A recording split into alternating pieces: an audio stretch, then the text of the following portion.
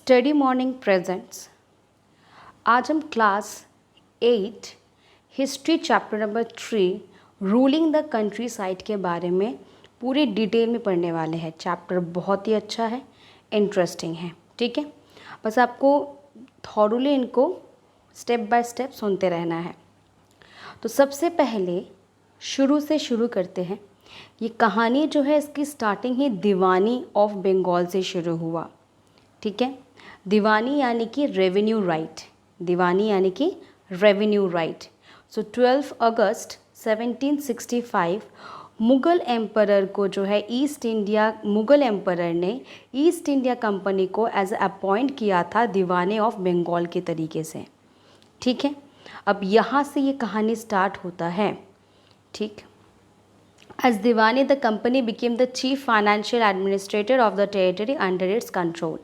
अब जैसे ही उनको रेवेन्यू राइट मिल गया, अब इसका मतलब है एकदम प्रैक्टिकल सोच में देखिए कि अब उनको जो पैसा जो है रॉ मटेरियल्स खरीदने के लिए अब जो पैसा वो इन्वेस्ट कर रहे थे, अब उनको इन्वेस्ट करने की ज़रूरत नहीं है, क्योंकि उनको बंगाल का जो है रेवेन्यू राइट मिल रहा है।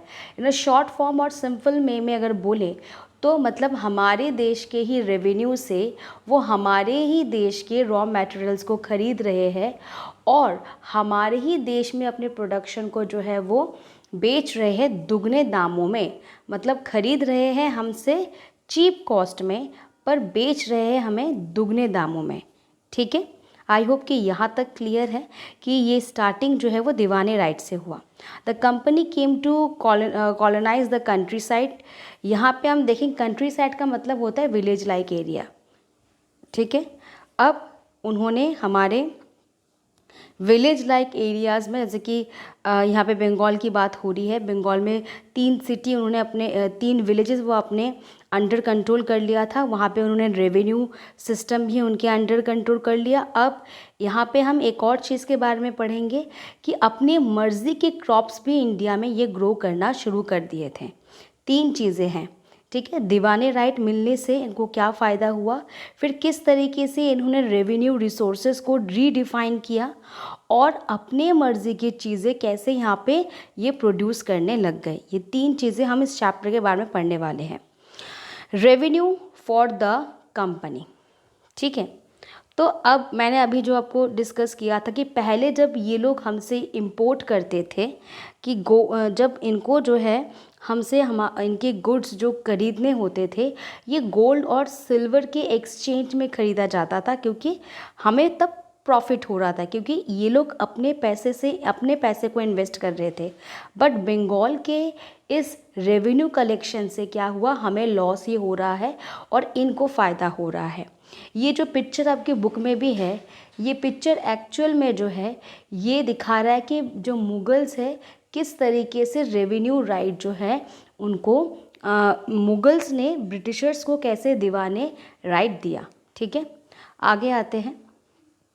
अब यहाँ पर 1770 में बंगाल जो है एक फैमाइन का मतलब है अकाल, जिसके ना अकाल पड़ गया था। 10 मिलियन पीपल जो है बंगाल में वो पूरी तरीके से जो है वो मौत के घाट उतर गई थी इस फैमाइन की वजह से। 1770 में हुआ था, 1770। अब ब्रिटिशर्स को जो है वो बंगाल दिया तो गया, पर बंगाल में इतना बड़ा एक हादसा हो गया। अब इनको जो है इन्होंने बंगाल को किस लिए लिया है, ऑब्वियस रेवेन्यू के लिए लिया है। तो इन्होंने रेवेन्यू ताकि इनको प्रॉपर तरीके से फ्लोली मिलता जाए। आप खुद एक बार सोचिए कि क्या ज़्यादा इनके लिए सहूलियत भरा रहेगा। एक है कि ब्रिटिशर्स हर एक विलेजर के पास, या नॉट विलेजर, पीजेंट्स, फार्मर के पास जाए और रेवेन्यू कलेक्ट करे, या फिर वो जो है किसी व्यक्ति को उसको ऑथराइज्ड कर दे कि हाँ भाई इन्हें इसके ऊपर ये जिम्मेदारी दे देते हैं कि भाई तुम जो है मंथ में इस तरीके से, मंथ में हो साल में हो, इस तरीके से रेवेन्यू कलेक्ट करके दोगे। तो कंपनी ने क्या किया, कंपनी ने स्टार्ट किया परमानेंट सेटलमेंट। इसका नाम परमानेंट पता है क्यों है, क्योंकि इसका रेवेन्यू जो है वो फिक्स था और इन्होंने फिक्स्ड, क्योंकि इन्होंने रेवेन्यू फिक्स्ड किया था तो इतना हाई कर दिया था कि भाई ये फ्यूचर में और कभी भी ये रेवेन्यू जो है ये इंक्रीज़ नहीं होगा। तो परमानेंट नाम से ही आपको दो चीज़ें याद हो जानी चाहिए कि इसका जो रेवेन्यू था और इसको इंट्रोड्यूस किया गया था बंगाल में, ठीक है, इसको इंट्रोड्यूस किया था 1793 बंगाल में। ओके, परमानेंट सेटलमेंट, क्योंकि बंगाल में उनको रेवेन्यू राइट मिला था। ठीक है, फिर क्या हुआ कि ये इन्होंने स्टार्ट किया कि राजा या फिर वहाँ के जो तालुकेदार्स हैं उनको वो एज अ ज़मींदार इंट्रोड्यूस करेंगे। अच्छा, एक बार मैं इस स्लाइड को एक बार चेंज करूँगी। ये देखिए, what is permanent settlement of Bengal, यहाँ पे ये है ज़मींदारी सिस्टम, क्योंकि हम इसके बारे में रीड कर रहे हैं। तो ज़मींदारी सिस्टम ये है कि ब्रिटिश गवर्नमेंट ने, देखो सबसे टॉप में एक मैंने ट्रायंगल बनाया है, इस ट्रायंगल में सबसे टॉप में है ब्रिटिश गवर्नमेंट। ब्रिटिश गवर्नमेंट जो है वो ज़मींदार को चूज़ करेगा, ज़मींदार जो है वो पीजन से पैसे लेंगे। समझ में आ रहा है? पीजन ज़मींदार को पैसा देगा और ज़मींदार ब्रिटिश गवर्नमेंट को पैसा देगा। इसे कहते हैं ज़मींदारी सिस्टम। इससे क्या हो रहा है कि ब्रिटिश गवर्नमेंट को जो है वो डायरेक्टली पीजन्स के कांटेक्ट में नहीं आना पड़ रहा है, बल्कि क्योंकि वैसे भी वो फॉरेनर्स हैं, ठीक है ना, हमारे कल्चर से डिफरेंट है ये, तो इसीलिए बेटर ये ज़्यादा रहेगा कि एक लोकल फेस ही रहे। हमेशा इन्होंने ऐसा ही पपेट रूलर ही तो बना के रखा है, हमने इससे पिछले वाले चैप्टर में भी पढ़ा है। फिर से हम अपने स्लाइड में चले जाते हैं। तो इन्होंने बंगाल के रेवेन्यू को कंटिन्यूसली फ्लो होने के लिए परमानेंट सेटलमेंट को जो है इंट्रोड्यूस किया 1793 में, जिसमें कि इन्होंने राजा या उस मतलब लोकल राजा या तालुकेदार जो इम्पोर्टेंट व्यक्ति होते थे वहाँ के एडमिनिस्ट्रेटिव के, उनको एज अ क्या बोल दिया, ज़मींदार। अब मैं यहाँ पे थोड़ा सा एक्सप्लेन करना चाहूँगी। इसका मतलब है, ज़मींदार का मतलब क्या होता था कि एक लैंड आपको दे दी जाएगी, ठीक है, अब उस लैंड में एक अमाउंट फिक्स कर दिया जाएगा। परमानेंट सेटलमेंट का मतलब ही होता है फिक्स अमाउंट, एक अमाउंट आपको फिक्स कर दिया जाएगा। अगर आप रेवेन्यू डिमांड जितना भी उन्होंने किया है वो कभी भी इंक्रीज़ नहीं होगा, पर जितना उन्होंने फिक्स करके दिया है वो ऑलरेडी हाई है। और अगर आप ज़मींदार अगर उसको चुका नहीं पाया उस टाइम पीरियड में, जितना उन्होंने प्रेस्क्राइब टाइम पीरियड करके दिया है, तो फिर आपका जो ये ज़मींदारी राइट है ये ऑक्शन में चला जाएगा, मतलब इसकी फिर से बोली लगेगी, ठीक है, और फिर जो सबसे ज़्यादा हाईएस्ट बाइडर होगा उसको फिर से ये ज़मीन दे दी जाएगी। इस तरीके से ये चीज़ होता था। I hope you understand. इसमें प्रॉब्लम जो है, द प्रॉब्लम क्या है, यही है, न्यूमेरियस ज़मींदार, बहुत सारे ज़मींदार हो गए थे जिनके की ज़मीन जो है वो ऑक्शन में चले गए थे, क्योंकि रेवेन्यू जो है इतना हाई उन्होंने फिक्स कर दिया था कि ज़मींदार जो है वो उसको चुका नहीं पा रहे थे। क्योंकि उन्होंने क्या किया था कि भाई हम तो एक ही बार में इसको फिक्स कर रहे हैं, फ्यूचर में तो हम इंक्रीज़ करेंगे नहीं, तो एक ही बार में जो है हम इसको इतना ज़्यादा हाई टॉप कर देते हैं। तो क्योंकि यहाँ पे एक प्रॉब्लम आ रहा था कि ज़मींदार जो है वो पहले ख़रीद तो लेते थे, सॉरी डिमांड जो भी डिमांड वो कर रहे हैं, डिमांड तो वो ले लेते थे, पर वो उतना पैसा चुका नहीं पा रहे थे जितना कि ब्रिटिश उनसे मांग रहे थे, जिसकी वजह से उनसे वो ज़मींदारी राइट जो है वो छीन जाती थी। ठीक है, ज़मींदारी सिस्टम हम समझ गए। अब यहाँ पे आ जाते हैं। और ज़मींदार जो है वो कभी भी लैंड के प्रति कोई इंटरेस्ट नहीं दिखाते थे कि हमें लैंड को भी हमें प्रोडक्टिव बनाना है, उसके ऊपर भी कुछ इन्वेस्ट करना चाहिए, क्योंकि ज़मींदार होते थे वो तो विलेज में रहते ही नहीं थे, वो तो सिटी में रहते थे। बस एक निर्धारित समय पे वो आते थे, जो फार्मर से वो टैक्स कलेक्ट करते थे और वो जा कर के ब्रिटिशर्स को हैंड ओवर कर देते थे अपना हिस्सा रख करके। ये मत सोचिएगा कि ज़मींदार जो है वो फ्री ऑफ कॉस्ट जो है ये काम कर रहे थे, नहीं, सबसे पैथेटिक कंडीशन में बुरी तरीके से पिस रहे थे पीजेंट्स। ठीक है, और ज़मींदार तो ऑब्वियस उसको कुछ काम तो नहीं करना पड़ता है, वो पीजेंट से पैसे ले रहा है और ब्रिटिशर्स को दे रहा है। ठीक है, और ब्रिटिशर्स का तो आपको पता ही है, उनके तो दो हाथ ही घी में है, हाँ, a new system of device. जब ये परमानेंट सेटलमेंट पूरी तरीके से फेल हो गया तब इन्होंने एक नया सिस्टम जो है वो इंट्रोड्यूस किया 19th सेंचुरी में, और इसका नाम था, यहाँ पे देखिए इसका नाम है महालवाड़ी सिस्टम। अब इससे पहले मैं आपको एक मैप दिखाना चाहती हूँ। ये देखिए, ये मैप मैंने जानबूझकर इस तरीके से बनाया है। परमानेंट सेटलमेंट जो है ये बंगाल में है, ताकि कि आपको एकदम से ना इस मैप से आपको दिमाग में एकदम पॉइंट आउट हो जाए। परमानेंट सेटलमेंट बंगाल में है 1793 में। फिर उन्होंने महालवाड़ी सिस्टम जो है वो इंट्रोड्यूस किया था। करीबन करीबन आप देखिए यूपी के उस साइड से लेकर के यूपी, है ना, थोड़ा पंजाब का एरिया, इस तरीके से आपको देखना पड़ेगा। और साउथ में जो है रैयतवाड़ी, ठीक है, साउथ में रैयतवाड़ी। अब एक बार हम महालवाड़ी सिस्टम को देखते हैं। महालवाड़ी सिस्टम जो है वो 19th सेंचुरी में कंपनी ने इसको इंट्रोड्यूस किया था, ताकि कि अब रेवेन्यू में कुछ चेंजेस कर रहे हैं। पता है इसमें क्या चेंजेस था? इसमें चेंजेस था, इसको इफेक्ट में लाया गया 1822 में। इसमें चेंजेस ये था कि यहाँ पे विलेज हेडमैन, जो विलेज का जो हेडमैन होता है वो जो है वो रेवेन्यू को कलेक्ट करके ब्रिटिशर्स को देंगे। जैसे पहले यहाँ पे राजा और तालुकेदार को, बंगाल में राजा और तालुकेदार को जो है वो ज़मींदारी सिस्टम में दिया गया था। पर यहाँ पर क्या हुआ था कि इन्होंने महालवाड़ी सिस्टम में 1822 में जो विलेज हेडमैन है उसको ये जिम्मेदारी दी थी। सिर्फ इतनी ही नहीं, बल्कि इस बार उन्होंने जैसे परमानेंट सेटलमेंट में रेवेन्यू को फिक्स कर दिया था, पर इस बारे में इन्होंने ऐसा नहीं किया। उन्होंने क्या किया कि पहले ज़मीन को प्रॉपर तरीके से इन्होंने नाप लिया, मेज़रमेंट कर लिया, और उसके बाद एक रेवेन्यू को फिक्स किया गया। और फिर इस रेवेन्यू को जो है ये फर्दर एक बार रिवाइज्ड करेंगे, चाहे वो 5 साल में हो, चाहे वो 10 साल में हो। मतलब परमानेंट सेटलमेंट में जो छूट उन्होंने दी थी, जिसके वजह से वो फेलियर हो गया था, अब इन्होंने महालवाड़ी सेटलमेंट में ऐसा कुछ भी छूट नहीं दिया। Hope you understand. ये मैप भी याद रखना कि परमानेंट सेटलमेंट कहाँ हुआ था, इस तरीके से। एक तीसरा सेटलमेंट है जिसको रैयतवाड़ी या फिर मुनरो सिस्टम भी बोलते हैं। मुनरो, जिस ब्रिटिशर्स ने इसको इंट्रोड्यूस किया था उसका सरनेम था मुनरो, तो इसलिए मुनरो सिस्टम बोला जाता है। और रैयतवाड़ी, रायोट का मतलब होता है साउथ में फार्मर्स।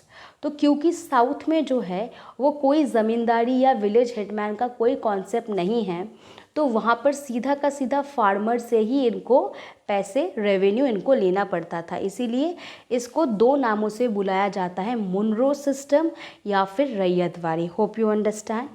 अब यहाँ पे देखिए, रैयतवाड़ी को इंट्रोड्यूस किया गया साउथ में, मतलब बंगाल में जो है परमानेंट सेटलमेंट, ठीक है। और यूपी के साइड में इन्होंने क्या किया, इन्होंने इंट्रोड्यूस किया मुनरो नहीं है, वो है महालवाड़ी सिस्टम। और साउथ में इन्होंने स्टार्ट किया, जो इम्प्लीमेंट किया वो है रैयतवाड़ी। पर सब कुछ फिर भी ठीक नहीं चल रहा था। ऐसा क्यों? क्योंकि एज़ यूजुअल आपको पहले ही मैंने बताया कि रेवेन्यू, जो ब्रिटिशर्स हैं उन्होंने रेवेन्यू बहुत ही हाई फिक्स कर रखा था।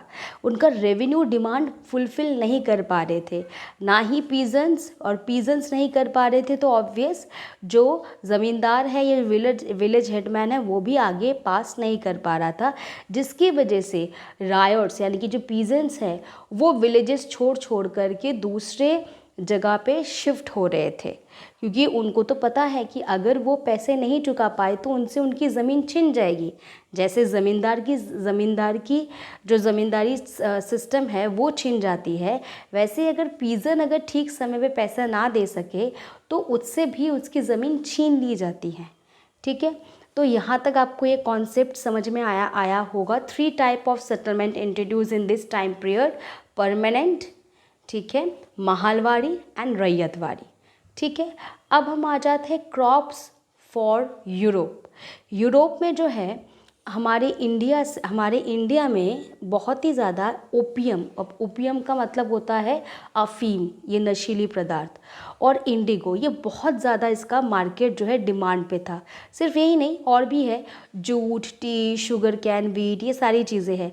पर बहुत ज़्यादा एक समय में इंडिगो प्रोडक्शन, अब ये इंडिगो क्या है, यहाँ पे लिखा भी हुआ है does colour have a history. तो सबसे पहले मैं आपको इंडिगो दिखा देती हूँ। ये देखिए, ये है ये इंडिगो। इंडिगो मतलब क्या है, कपड़े को ब्लू कलर में ब्लीच करने का ये कलर है, इसको कहते हैं इंडिगो। अब इंडिगो यहाँ पे जो आया कि does colour have a history, क्या कलर का भी कोई हिस्ट्री होता है, तो इसमें आता है इंडिगो। यूरोप में 18th सेंचुरी में इंडिगो का बहुत ज़्यादा डिमांड हुआ। इसके पीछे का कारण ये था क्योंकि हमारे इंडिया में जो इंडिगो ग्रो होता है उसका कलर काफ़ी ब्राइट, काफ़ी ही अच्छा, एकदम अच्छा लुक आता है। और उनके देश में जो कलर, उनके देश में भी एक प्लांट है जिसका नाम है वुड्स, वो जो है वो बहुत ही डल और पेल कलर का है, मतलब उसमें वो जान नहीं है जो हमारी इंडिगो में है।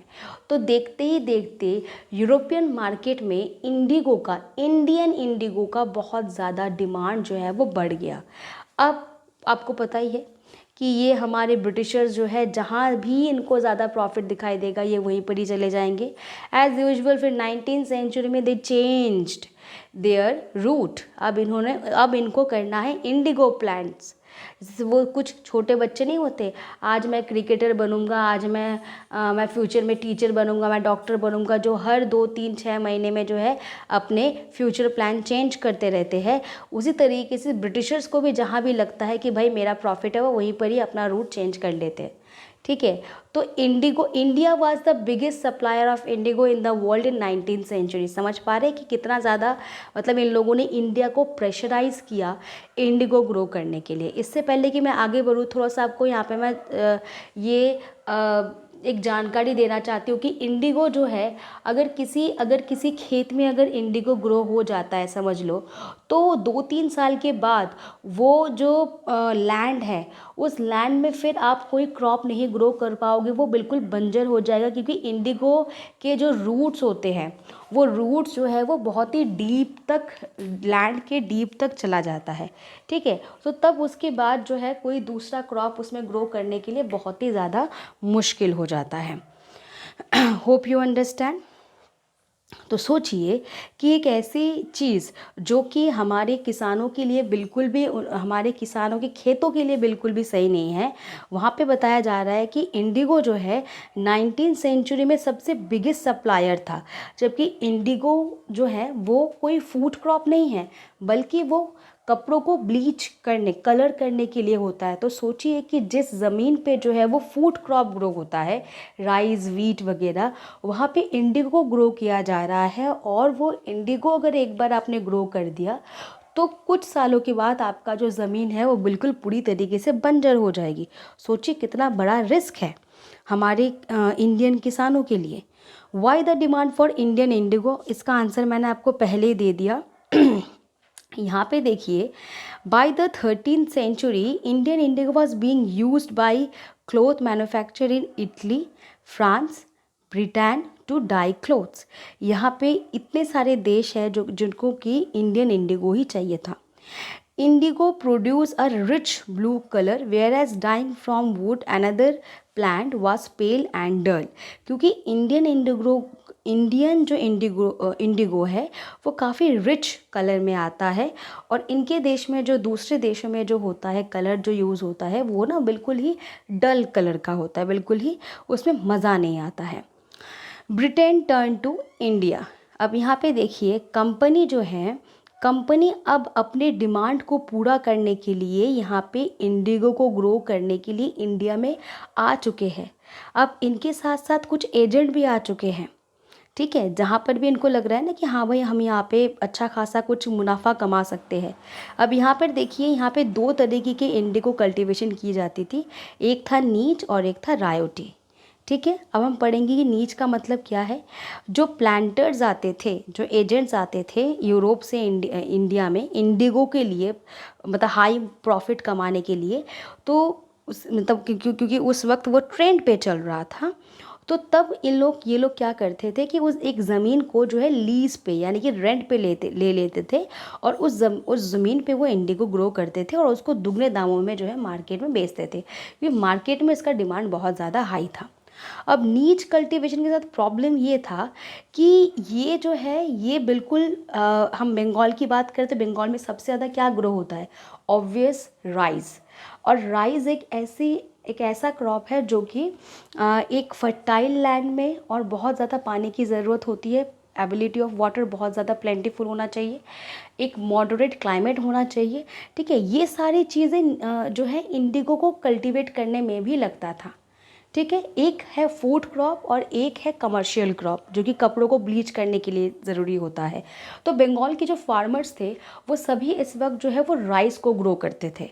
ठीक है, और इसीलिए जो भी हल हो गया या बुलक्स हो गया, ये सारी चीज़ें जो है उनको इंडिगो ग्रो करने के लिए नहीं मिल पाता था, क्योंकि इस समय ये सारी चीज़ें जो है वो बिज़ी हो जाते थे राइस फील्ड में। ठीक है, इवन जो फार्मर्स है वो भी बिज़ी हो जाते थे अपने राइस के हार्वेस्टिंग में, कल्टीवेशन में।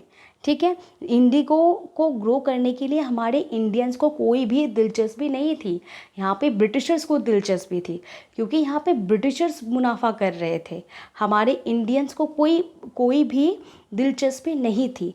तो ये जो नीच कल्टीवेशन है इंडिगो ग्रो करने का, ये करीबन आप देख ही पा रही ये फेल हो रहा है। ठीक है, indigo on the land of ryots. अब रायट्स का मतलब क्या है, हमने देखा इंडिगो जो है वो दो तरीके से ग्रो हो रहा है। ठीक है, एक तो है कि इंडिगो नीच कल्टीवेशन से ग्रो हो रहा है और एक है रायोटी। तो रायोटी में क्या होता है कि फोर्सफुली एक एग्रीमेंट में साइन करवाया जाता है और उसके बाद उनको एक कैश दिया जाता है एडवांस में। ठीक है, और उसके बाद जो है इनको ज़बरदस्ती अपने लैंड का 25% जो है, क्योंकि इन्होंने एक कैश दिया है, एडवांस कैश दिया है, तो 25% लैंड पे इनको इंडिगो ग्रो करना ही है। और कभी भी इनको हाई पैसे तो दिया जाएगा ही नहीं, लो प्राइस में ही इनको दिया जाता था। इसीलिए कभी भी ये लोन के साइकिल में जो है कभी भी उभर ही नहीं पाए, कि ये कभी भी जो है समझ लीजिए कि इन्होंने इनको 15 रुपये उधार दिए। एक बहुत ही सिंपल एग्जांपल ले लीजिए। अब यहाँ पे ये हुआ कि भैया हमने तुम्हें 15 रुपये दिए हैं, अब इस कॉन्ट्रैक्ट की वजह से तुम्हें इस 25% के लैंड में जो है तुम्हें इंडिगो ग्रो करना पड़ेगा। अब इंडिगो तुम ग्रो तो करोगे, अब तुम जो प्रोडक्शन है वो तुम कहीं बाहर जा कर के तो नहीं बेच रहे हो, तुम इन्हीं के हाथों में बेचोगे। जब तुम इन्हीं के हाथों में बेचोगे तो ये तुम्हें हमेशा ही जो है वो कम पैसे ही देंगे। ठीक है, तो इन्होंने जब तुम्हें 15 रुपये उधार दिए हैं, एज अ कैश दिया है तुम्हें, जिसकी वजह से तुम अपने 25% लैंड में जो है इंडिगो ग्रो कर रहे हो, अपना प्रोडक्शन हुआ, तुमने इन्हीं को बेचा, क्योंकि कॉन्ट्रैक्ट में ये होता था कि तुमने हमसे लोन लिया है तो इसका मतलब है तुम ही हम ही बेचोगे। तो जब इनको बेचते थे तो हमेशा ये इनको जो है 4-5 रुपये इस तरीके से दे रहे थे। तो 15 रुपये तो कभी भी ये इनको दे ही नहीं पाएंगे इस तरीके से कम पैसे में जब हो रहा था, क्योंकि नेक्स्ट कल्टीवेशन के लिए भी इनको शीड्स, फर्टिलाइज़र्स, ये सब कुछ खरीदने पड़ेंगे। ठीक है, इस तरीके से कभी भी ये लोन के साइकिल से जो है उभर ही नहीं पा रहे हैं। कब ये उभरते, जब समझ लीजिए इन्होंने 15 रुपये जो है इनको उधार दिए हैं और इनको मुनाफा हुआ है 20 रुपये, तो ये 15 रुपये उधार देने के बाद 5 रुपये का अपने पास रख सकते हैं नेक्स्ट कल्टीवेशन के सीज़न के लिए। तो इस तरीके का इनका मुनाफा कभी भी ये प्लांटर्स नहीं होने देते थे जानबूझ करके, क्योंकि ये नहीं चाहते थे कि इंडियन फार्मर्स जो है इस साइकिल से, इस लोन के साइकिल से कभी भी बाहर निकले, क्योंकि फिर इनका धंधा बंद हो जाएगा। सिंपल है। अच्छा, अब देखिए, तो ये राइटी सिस्टम समझ में आ गया आपको, नीच कल्टीवेशन भी आपको समझ में आ गया। नीच कल्टीवेशन सच में नीच है, क्यों? तो अब ब्लू रिबेलियन, क्योंकि ये सब कुछ इंडिगो कलर की वजह से हो रहा था, तो इसीलिए यहाँ पे जो प्रोटेस्ट हुआ उसका नाम पड़ा ब्लू रिबेलियन एंड आफ्टर। ठीक है, ये पर्टिकुलरली ब्लू का यूज़ हुआ है सिर्फ और सिर्फ इंडिगो के लिए। मार्च में 1859 में थाउजेंड्स ऑफ रायट्स का मतलब है फार्मर्स, बंगाल के रायट्स ने ये कह दिया कि भाई हमें इंडिगो नहीं ग्रो करना है, और इन्होंने प्रोटेस्ट जो प्लांटर्स हैं उन पे अटैक करना शुरू कर दिया। फैक्ट्री साइट में, इंडिगो फैक्ट्री साइट में प्रोटेस्ट करना जो है शुरू कर दिया। अब इनको समझ में आ गया कि ब्रिटिशर्स को समझ में आ गया कि अब किसी भी तरीके से फार्मर्स जो है वो no longer will take advance for growing indigo. इनको समझ में आ गया। अब जो है ये इतना ज़्यादा कहता है हलचल देख करके गवर्नमेंट ने एक इंडिगो कमीशन इंक्वायरी बिठाई, और जिसमें ये साबित भी हो गया कि इंडिगो कल्टीवेटर्स जो है वो इलीगल प्रैक्टिस कर रहे हैं, क्योंकि लैंड जो है, जिस लैंड पे इंडिगो ग्रो किया जाता है वो लैंड जो है वो बंजर हो जाती है कुछ सालों के अंदर ही, क्योंकि इंडिगो के जो प्लांट्स के जो जड़ें हैं वो काफ़ी डीप रूटेड तक चले जाते हैं। भले आप ऊपर वाला जो प्लांट है, ज़मीन के ऊपर वाला जो प्लांट है उसको आप भले ही अपरूटेड कर दो, पर ज़मीन के नीचे वाला जो जड़ है वो इतना डीप तक चला जाता था कि आप मुश्किल हो जाता था कि आप उतने डीप तक उसके रूट को उखाड़ फेंको। Hope you understand. गवर्नमेंट ने जब ये कमीशन बिठाया इंडिगो कमीशन के लिए, तब ये देखा गया कि हाँ भाई यही लोग जो है वो इंडिगो प्लांटर्स ही बहुत ज़्यादा गलत है और फार्मर्स एक पैथेटिक कंडीशन से जा रहे हैं, और ये डिक्लेयर किया गया कि इंडिगो को अब दोबारा कभी भी ग्रो नहीं किया जाएगा फ्यूचर में। जब इनको बंगाल से हटाया गया तब ये बिहार में जा कर के शिफ्ट हो गए, और बिहार से इनको निकाला महात्मा गांधी जी की मदद से। अब ये चैप्टर जो है यहीं पर ही ख़त्म हो जाता है। चैप्टर जो है इंडिगो के ऊपर भी था, settlement, permanent settlement, Mahalwari settlement, ryotwari settlement के ऊपर भी था, और शायद आपको ये पूरा चैप्टर अच्छे से समझ में आ गया होगा। तो आज के लिए इतना ही है। ज़्यादा इस वीडियो को ना खींचते हुए यहीं पर इसको विराम देते हैं। Thank you for watching.